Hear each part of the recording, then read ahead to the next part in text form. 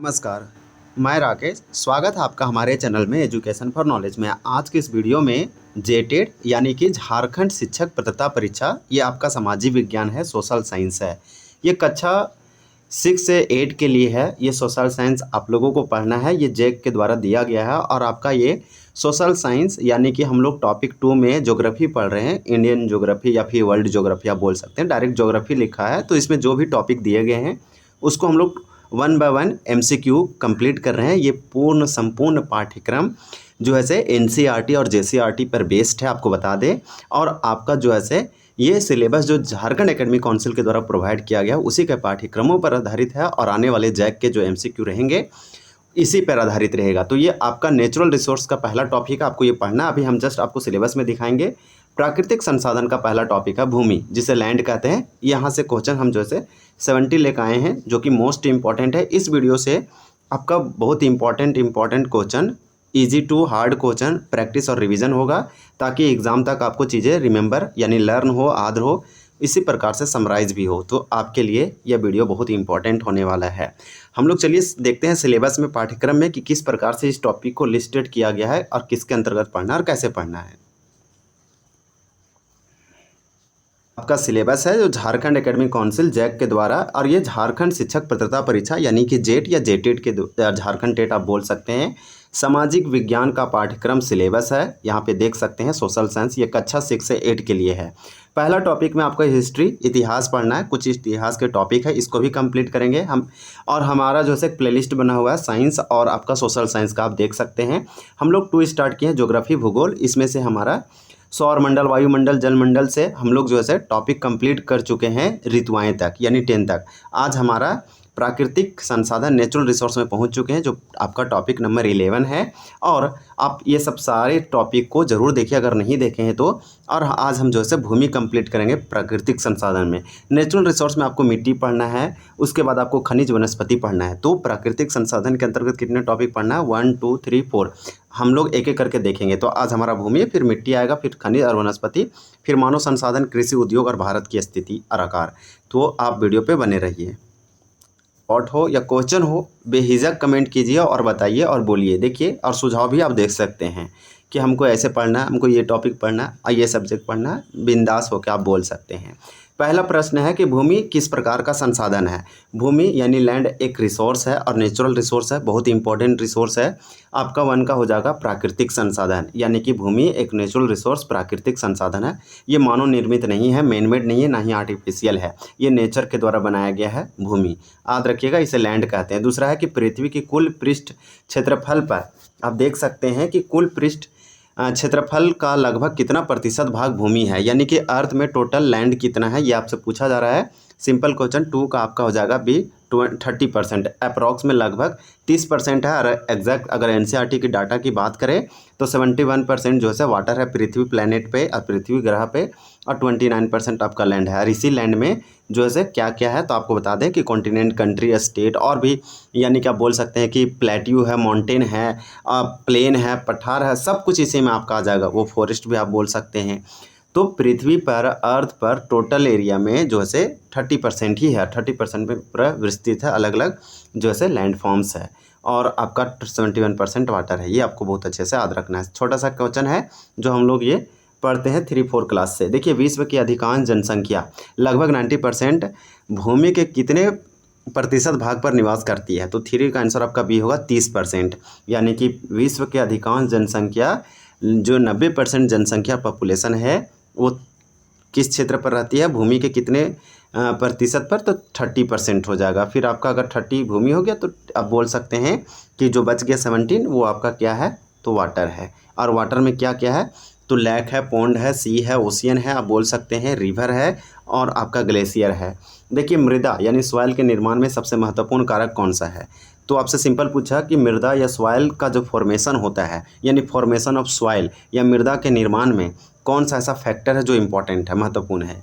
4 का आपका आंसर भी होगा मूल सेल। मूल सेल का मतलब पेरेंट रॉक, एक बड़ा सा रॉक था, इसी से टूट फूट के छोटे छोटे रॉक बनते हैं, सॉइल बनते हैं, मिट्टी, मृदा बनते हैं। तो कहीं ना कहीं आप मूल सेल या फिर मूल सेल या पेरेंट रॉक बोल सकते हैं। और एक जलवायु, जलवायु मतलब क्लाइमेट, क्लाइमेट से ही वेदरिंग वगैरह होता है, आपको ये याद रखना है। दूसरा है 1 सेंटीमीटर मृदा बनने में लगभग कितने समय लगता है। आपको बता दें कि मृदा सॉइल के फॉर्मेशन एक बहुत ही स्लो और लो प्रोसेस है और ये हज़ारों लाखों वर्ष लगते हैं, लेकिन कंटिन्यूअस प्रोसेस है, मतलब लगातार ये क्रिया होते रहता है। वेदरिंग होता है टेम्परेचर से, रेनफॉल से और विंड से और आपका वाटर से। 1 सेंटीमीटर मृदा बनने में आपको बता दें कि इसका जो है से सैकड़ों वर्ष लगते हैं। छोटा सा क्वेश्चन है, एनसीईआरटी का ये है।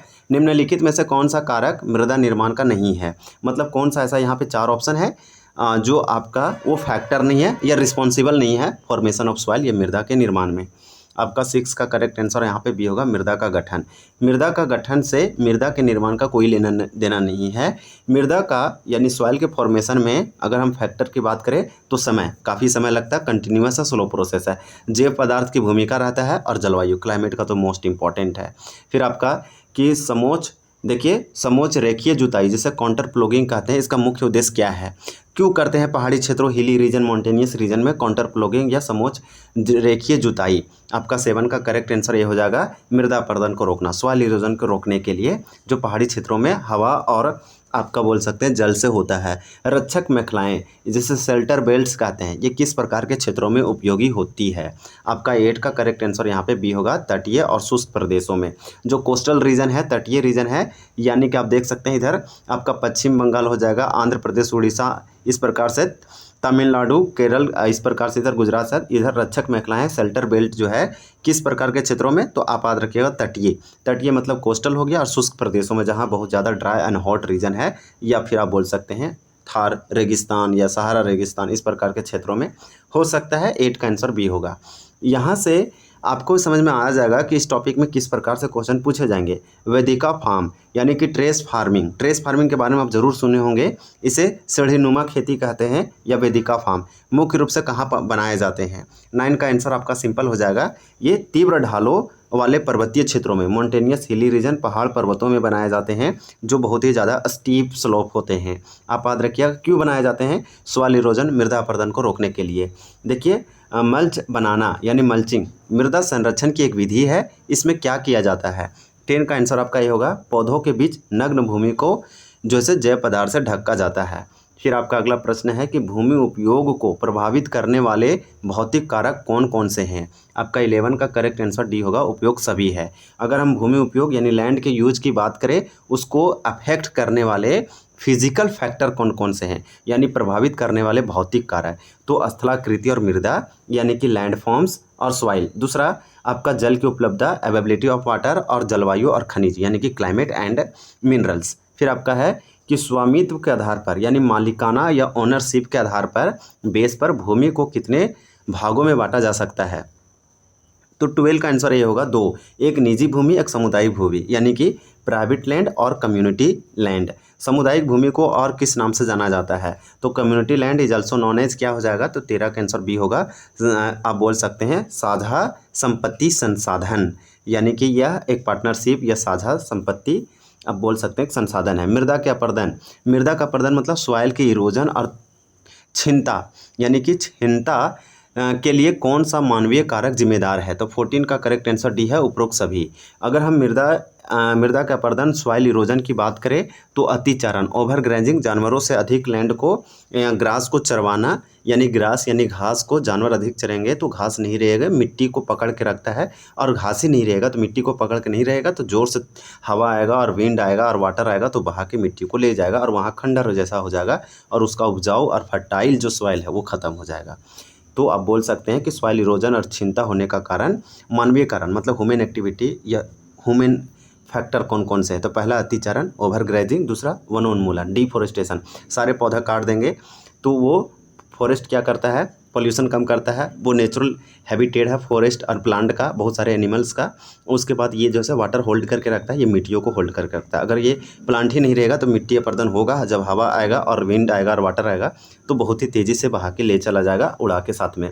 रासायनिक उर्वरकों का अत्यधिक, फार्मर क्या किया, हायर प्रोडक्शन के लिए ज़्यादा से ज़्यादा उत्पादन हो इसलिए वो ज़्यादा फर्टिलाइज़र यूज किया, जिसके कारण से मृदा अपरदन अधिक से अधिक हुआ।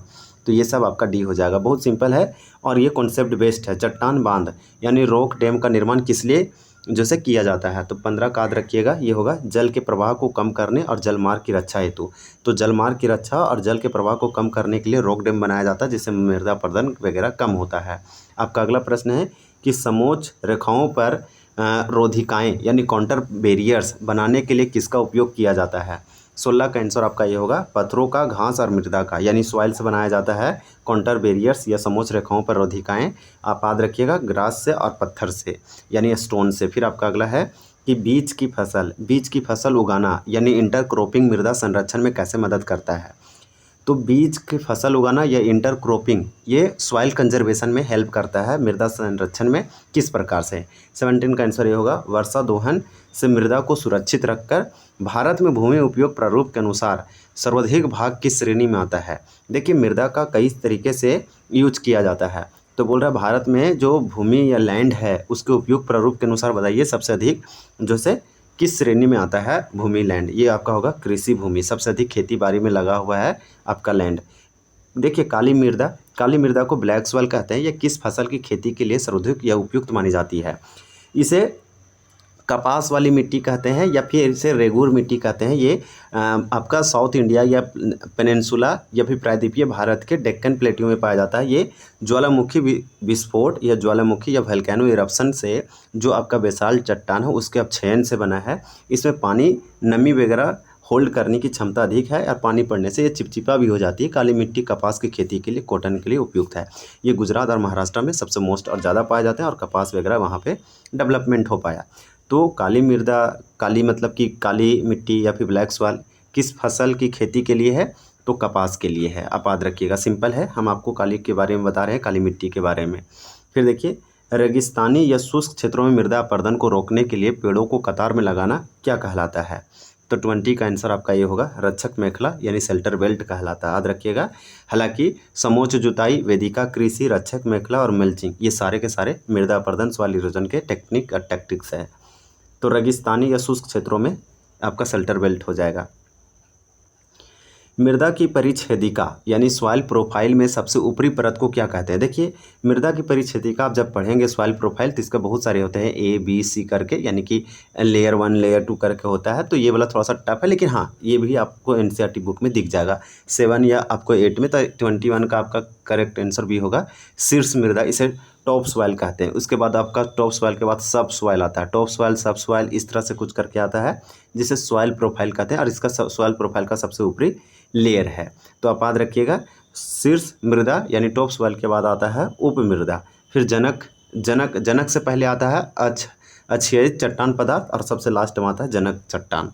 इसे पेरेंट रॉक वगैरह शायद कहते हैं। मृदा में ह्यूमस यानी ह्यूमस की मात्रा कहाँ पाई जाती है। तो ये जो है से शीर्ष मृदा में पाया जाता है। मृदा में ह्यूमस क्या है, ऑर्गेनिक मैटर है या फिर डेड बोल सकते हैं, प्लांट और एनिमल का डेड ऑर्गेनिक मैटर है, डिकेइंग पदार्थ या सब्सटेंस है, जो ये एक प्रकार का न्यूट्रेंट है, हाईली न्यूट्रिशनल है या फिर बोल सकते हैं और इम्पॉर्टेंट है प्लांट के ग्रोथ के लिए, और ये टॉप सॉइल में पाया जाता है।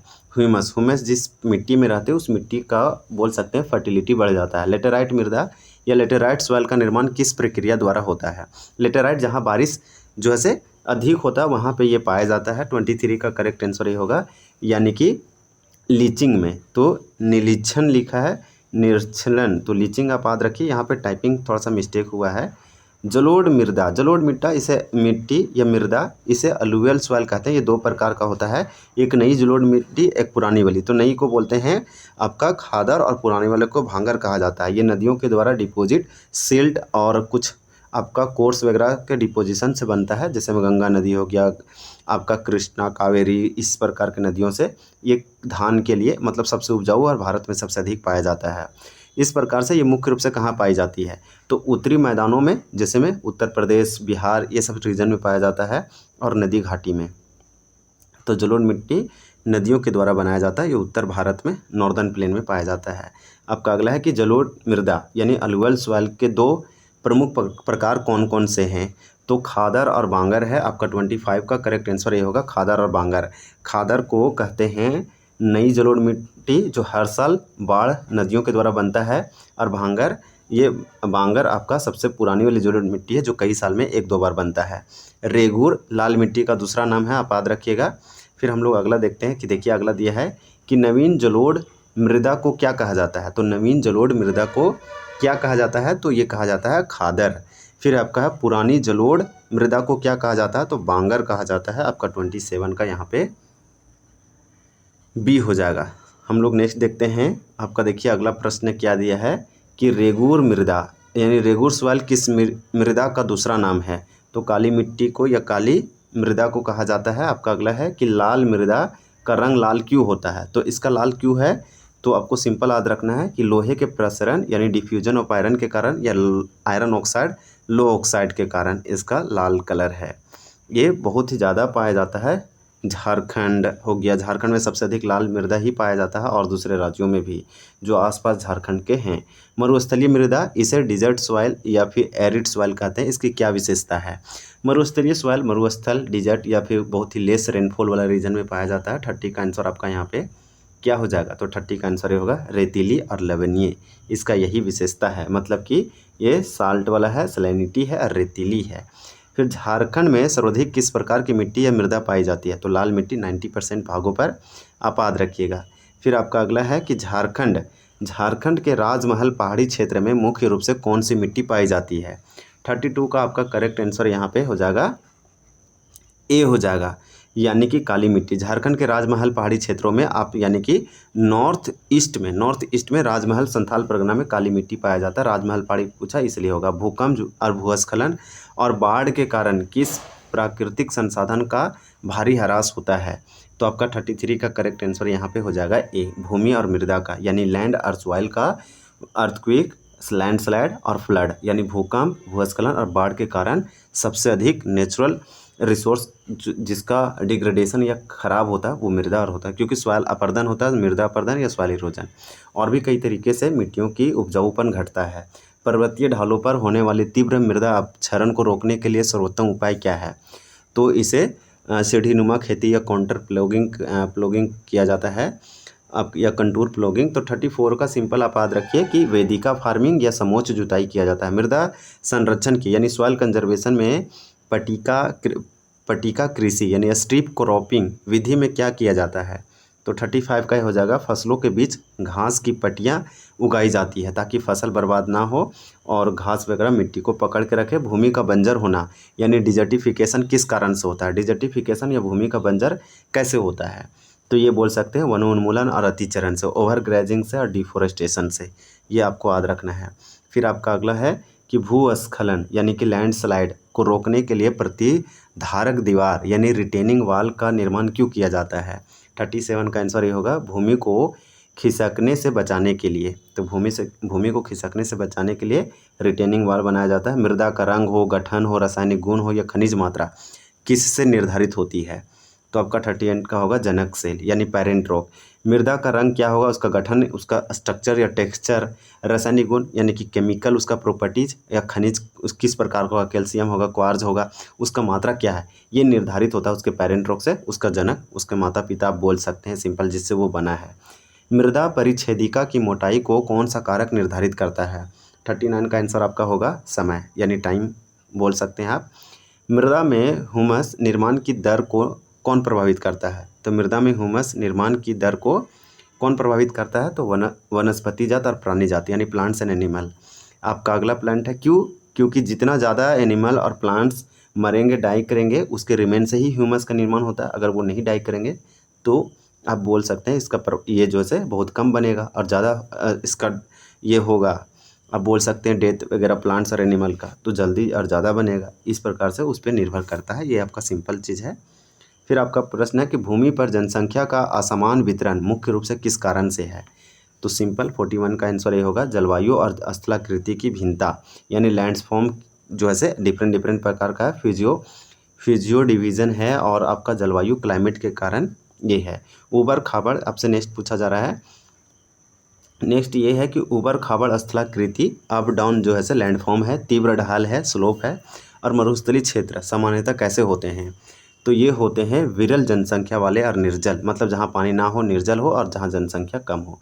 उर्वर मैदान और नदी घाटी किस कार्य के लिए उपयुक्त, मतलब बहुत अच्छा जो है से इस होने के कारण संघन बसे हैं, मतलब कि किस कार्य के लिए उपयुक्त होने के कारण सघन है। सघन मतलब बहुत ज़्यादा आबादी है या फिर डेंस है, तो कृषि कार्य के कारण।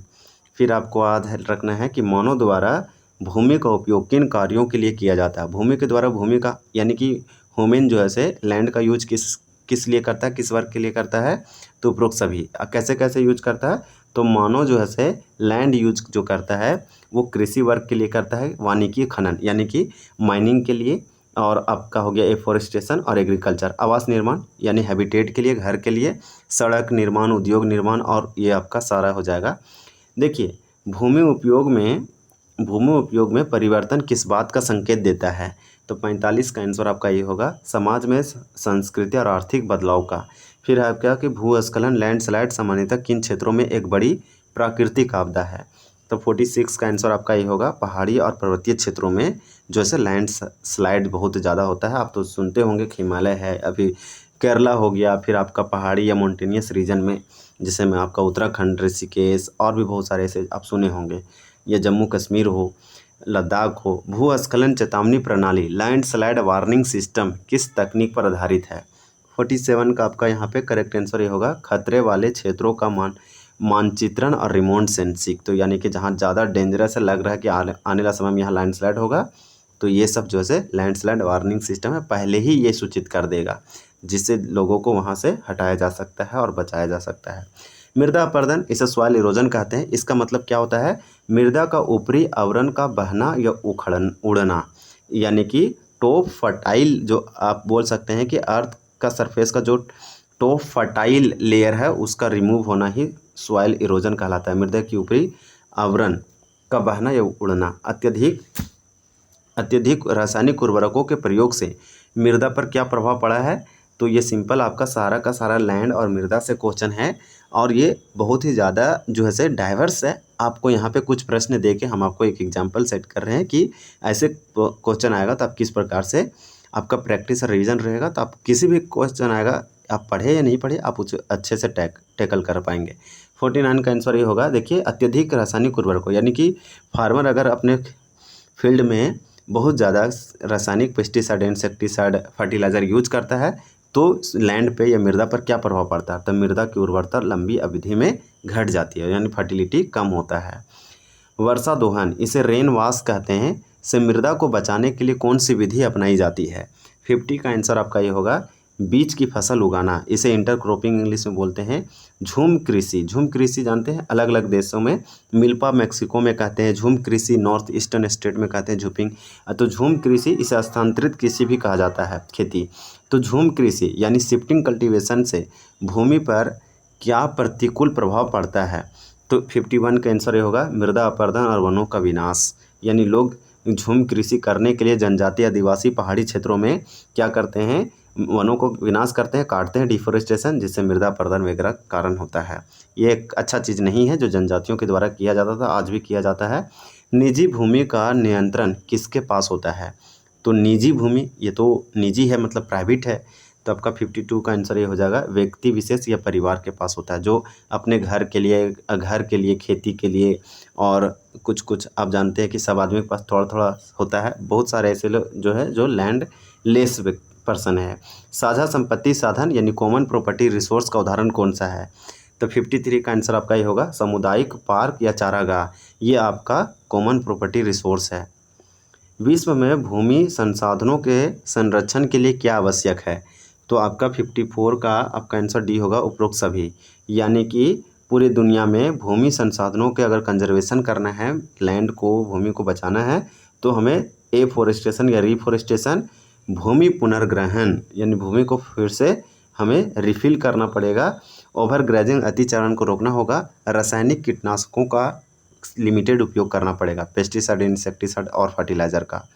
पहाड़ी ढालों पर कंटूर लाइंस यानी समोच्च रेखाओं के समांतर जुताई को क्या कहते हैं, 55 का आंसर ये होगा, समोच्च रेखीय जुताई कहते हैं। आप याद रखिएगा। आपका अगला प्रश्न है कि मृदा परिच्छेदिका यानी सॉइल प्रोफाइल का सबसे निचला स्तर क्या कहलाता है? पहला लेयर सबसे ऊपरी वाला शीर्ष कहलाता है, इसे टॉप सॉइल कहते हैं। दूसरा है उप मृदा, इसे सब सॉइल कहते हैं। लेकिन आपसे पूछा सबसे निचला अंतिम, तो इसे जनक चट्टान बेड रॉक कहते हैं, पेरेंट रॉक कहते हैं। अच्छा का मतलब होता है अब वेदरिंग। वेदरिंग की प्रक्रिया क्या है? वेदरिंग से ही बनता है सॉइल या लैंड या भूमि या मिट्टी। ये लाखों वर्षों में बनता है, सैकड़ों वर्ष लगते हैं। और ये वाटर से बनता है, टेम्परेचर से बनता है, रेन से बनता है और विंड से बनता है। इस प्रकार से 57 का आंसर आपका यहाँ पे ये होगा। चट्टानों का तापमान, पौधे और जीवों द्वारा टूटना व क्षय होना, ये वेदरिंग है। आप याद रखिएगा। आपका अगला प्रश्न है कि अम्लीय मृदा। अम्लीय मृदा देखिए, एसिड का पीएच, एसिड रेन का 5 वैल्यू कितना होता है? 5.5 होता है या समथिंग 5 से बिलो ही होता है। एसिड रेन कैसे होता है तो याद रखिएगा, SO2 और NO2 के कारण होता है, एक प्रकार का एयर पोल्यूशन है। तो ये बोल रहा है अम्लीय मृदा यानी कि एसिडिक सॉइल के सुधार के लिए किसका उपयोग किया जाता है? ना जाने कितने एग्जाम में पूछा है। 58 का सिंपल आंसर होगा चूना। चूना आप डालेंगे ना, चूना एक क्या है? एक क्षार है। चूना एक क्षार है, मतलब बेस है। और ये जब भी आप एसिडिक सॉइल में, अम्लीय सॉइल में इसको डालेंगे तो इसका सुधार हो जाएगा और वो खेती के लिए बहुत ही इम्पोर्टेंट है। क्षारीय मृदा, अल्कलाइन सॉइल के सुधार में किसका प्रयोग किया जाता है? तो 59 का आंसर ये होगा, जिप्सम का यूज किया जाता है। क्षारीय अल्कलाइन सॉइल हो तो क्षारीय और अम्लीय मृदा हो तो चूना। फिर आपसे अगला पूछा जा रहा है, देखिए कि दलदली मृदा, इसे पेटी सॉइल कहते हैं, में किसकी मात्रा अधिक पाई जाती है? तो ये जो है जैविक पदार्थ, ऑर्गेनिक मैटर अधिक पाया जाता है, जिससे फसल वगैरह अच्छा होता है, मिट्टी फर्टाइल है। मृदा में नमी बनाए रखने के लिए सबसे प्रभावी तरीका क्या है? अगर मृदा ह्यूमिडिटी, मॉइस्चर, नमी बना के रखती है तो इसके लिए सबसे बेस्ट उपाय क्या है? तो ये मल्चिंग है या मल्चिंग होगा आपका राइट आंसर। देखिए अगला प्रश्न है कि भारत के कुल भौगोलिक क्षेत्रफल का लगभग कितना भाग वनों से ढका हुआ होना चाहिए? ये राष्ट्रीय वन नीति यानी 1988 या 87 के आसपास जो वन नीति आया था, उसके अनुसार ये घोषित किया गया था कि किसी भी राज्य या देश के टोटल क्षेत्रफल का 33% पर्यावरण इन्वायरमेंट के हिसाब से उतना वन होना चाहिए, फॉरेस्ट होना चाहिए। तो यहाँ पे आपका आंसर ए होगा। ये बहुत इंपॉर्टेंट है। अब आपको आगे अगला प्रश्न देखना है कि पर्वतीय क्षेत्रों में सड़कों के किनारे भूस्खलन रोकने हेतु क्या बनाया जाता है? 63 का आपका करेक्ट आंसर हो जाएगा ए, प्रतिरोधक दीवार, रिटेनिंग वाल। ये कहीं ना कहीं भूमि से सारे क्वेश्चन संबंधित है। देखिए भूमि क्षरण यानी लैंड डिग्रेडेशन का मुख्य कारण कौन सा नहीं है? मतलब 3 है, एक नहीं है। 64 का आंसर आपका ये होगा। संतुलित वृक्षारोपण, अगर हम सही तरीके से बैलेंस रिफॉरेस्टेशन, एफॉरेस्टेशन करते हैं तो क्या लैंड डिग्रेडेशन होगा? लैंड का ह्रास होगा? नहीं। लैंड का गिरावट क्यों होगा? जबकि शहरीकरण, अर्बनाइजेशन, माइनिंग, आप बोल सकते हैं कि माइनिंग वगैरह, और ओवर ग्रेजिंग, अत्यधिक सिंचाई, यानी कि ओवर ग्रेजिंग से भी हो सकता है भूमि का क्षरण, और अत्यधिक सिंचाई लिखा है मतलब कि अधिक से अधिक इरिगेशन, सिंचाई, पानी डालना खेतों में। जल क्रांतता यानी वाटर लॉगिंग से मृदा में किसकी मात्रा बढ़ जाती है? तो अगर खेतों में आप अधिक पानी डालते हैं तो लवणता, सैलिनिटी बढ़ जाएगा, जिससे फसल के लिए नुकसान है, मिट्टी के लिए भी नुकसान है। काली मिट्टी को कपास मिट्टी क्यों कहते हैं? ये लावा से बनता है। 66 का आंसर आपका यहाँ पे क्या हो जाएगा? तो ये होगा क्योंकि यह कपास की खेती के लिए सर्वोत्तम है, इसलिए काली मिट्टी को कपास मिट्टी कहते हैं, लेकिन इसे रेगुर मिट्टी भी कहा जाता है और आदि नामों से भी। लेटेराइट मिट्टी का नाम लेटेराइट किस भाषा के शब्द से लिया गया है? 67 का ये होगा, ग्रीक शब्द लेटर से यानी ईट से लिया गया है। शुष्क प्रदेशों में तेज हवाओं से मृदा अपरदन रोकने की सबसे अच्छी विधि क्या है? तो 68 का आंसर होगा, रक्षक मेखला यानी शेल्टर बेल्ट्स आप बोल सकते हैं। फिर हम लोग अगला प्रश्न देखते हैं। देखिए, और आपका जेटेड परीक्षा के दृष्टि से भूमि और मृदा संरक्षण किस विषय का प्रमुख हिस्सा है? तो ये तो आपका सामाजिक विज्ञान, ये तो आपका दे दिया गलत चीज़। आपका अगला है कि मृदा निर्माण में समय कारक क्या निर्धारित करता है? तो लास्ट क्वेश्चन है, ये आपका हो जाएगा मृदा परिच्छेदिका की मोटाई। 70 प्रश्न हम लोग मृदा लैंड से देखें, ये आपका नेचुरल रिसोर्स है। जस्ट हम लोग इसके बाद ये आपका जो है भूमि है, अभी मृदा वाला भी करेंगे, उसमें भी और क्वेश्चन कंप्लीट होगा। और जब समय बचेगा सारे एक एक बार कंप्लीट करेंगे तो उसमें हम लोग मैराथन प्रैक्टिस लेंगे, तो उसमें हम लोग और अच्छे से प्रश्नों को देखेंगे। और अगर वीडियो आपको अच्छा लगा तो आप इसे जो है लाइक सब्सक्राइब कर सकते हैं। आपसे चलिए क्वेश्चन पूछते हैं और आपको बताना है कमेंट करके, और ये आपके लिए इम्पॉर्टेंट है। देखिए कि मृदा के अपरदन और क्षीणता के लिए कौन सा मानवीय कारक जिम्मेदार है। ये आपका 14 और 15 में चट्टान बांध यानी रॉक डैम का निर्माण किस लिए किया जाता है। ये 14-15 कमेंट करना है। वीडियो देखने के लिए आपको बहुत बहुत धन्यवाद। जय हिंद, जय जोहार।